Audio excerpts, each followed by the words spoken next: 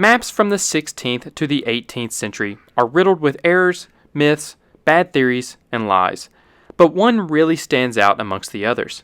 For hundreds of years, California was depicted as an island. If we go to raremaps.com and type in Island of California, we see one map after another. I'm not counting every single map, but there could be hundreds listed here. This may very well be the most widely published cartographic error in history. But like most errors on historical maps, there's an interesting story behind it, so let's dive in. The origins of the island of California can be traced back to a 1510 Spanish novel. Here is an important excerpt. Know that to the right of the Indies there is an island called California, very close to the side of the earthly paradise, and its inhabitants were black women, without a single man, for they lived in the manner of the Amazons. They were beautiful, and their bodies robust, with fiery courage and great strength. Their island is the most formidable in the world, with its steep cliffs and stony shores.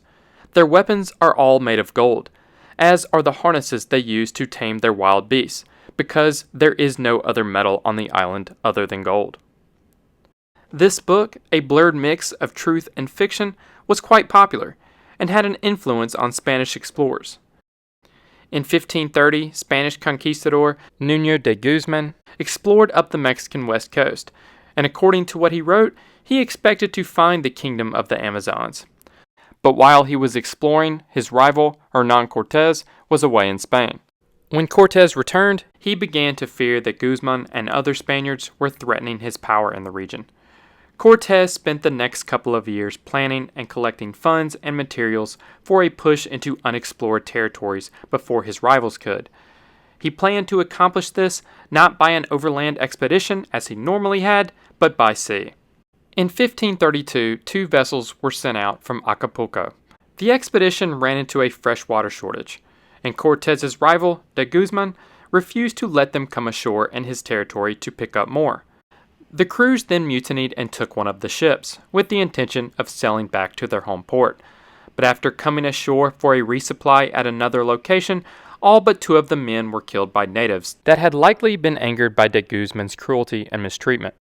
The second vessel disappeared. Its crew was also likely killed by natives. So Cortez sent out another 2 ships, to avenge the deaths, to find and succor the living, and to learn the secret and the end of that coast. The ships became separated soon after departure. Against orders, one went west. The other ship landed on the southern tip of what is now Baja California. It's not clear if they chose the name because they were inspired by the novel, or they just saw an opportunity to exaggerate their findings. It is unlikely that they actually thought this was the fictional California mentioned in the novel. For one, they encountered native men, and they were not black. Few men returned from the journey. A mutiny was led by its pilot Fortune Jimenez. Many of the crew members were killed, including its captain.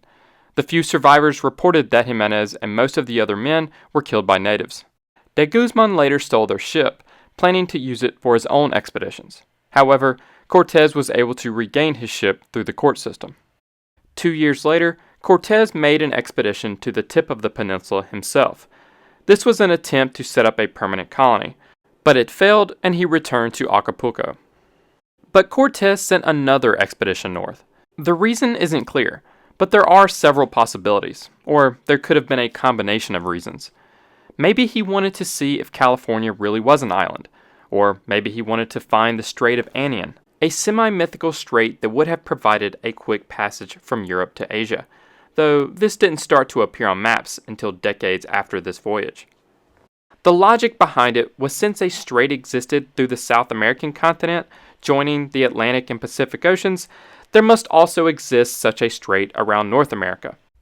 It's also likely Cortez was influenced by other rumors of profitable opportunities to the north.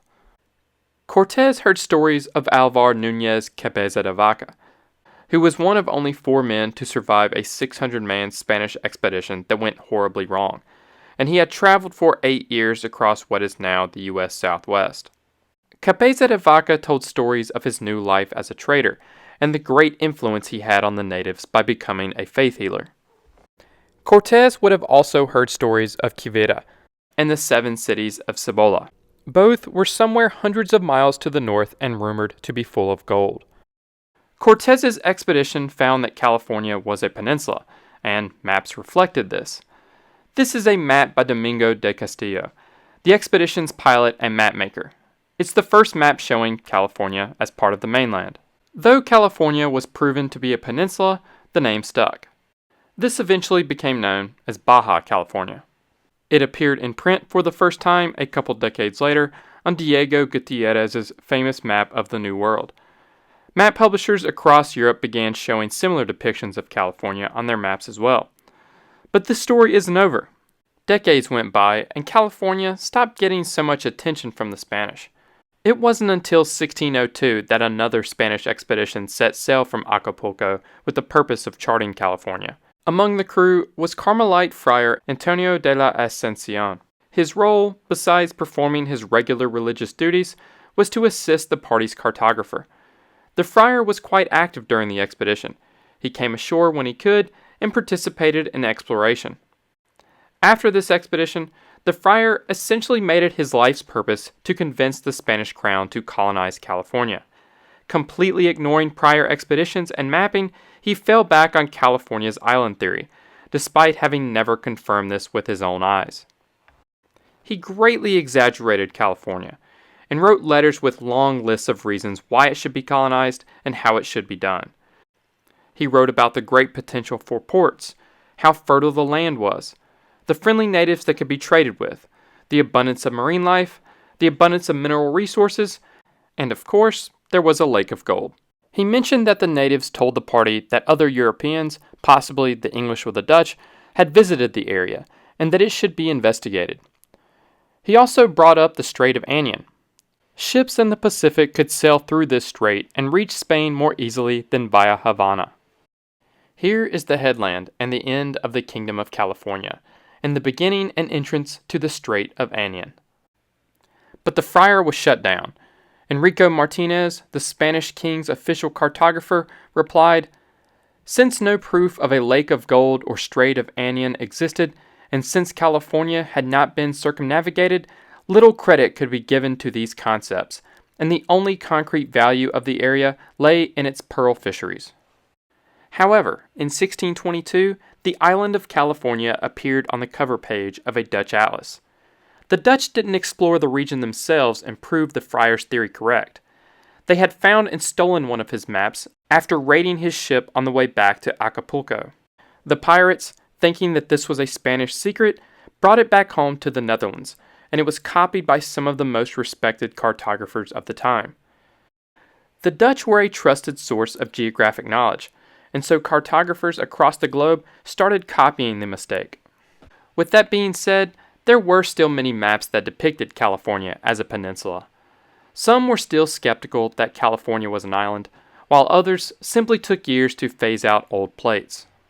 In the year 1700, French cartographer Guillaume Delisle published what is considered the first map to revert California back to being part of the mainland. In a letter to a friend, he wrote that the map captured by the Dutch pirates should not be trusted, because other Spanish maps showed California as a peninsula. He also cited more recent explorations by Jesuits. But if you take a closer look at the map, the Sea of California doesn't appear to have a clear ending. Later maps that copied his information appear to agree with this interpretation. So maybe he was still a little unsure and didn't want to stake his reputation on something that was so widely accepted as fact. Over the next century, several more Spanish expeditions to the Gulf of California confirmed once again it was not an island, but it still took more than another century for it to stop popping up on maps.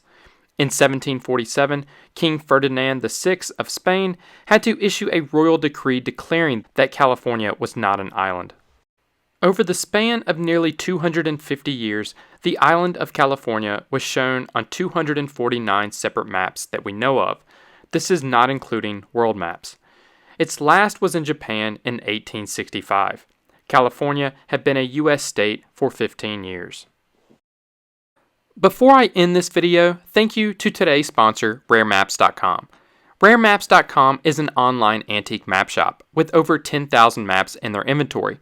Nearly every map you saw in this video is currently for sale on their website. And with Christmas around the corner, it may be time to purchase one of these for your California friends or relatives. Again, that's raremaps.com. And thank you to all my Patreon and YouTube members for supporting the channel. I have many more old map videos coming out, but you can watch them before they're made public by joining. And of course, thank you all for watching.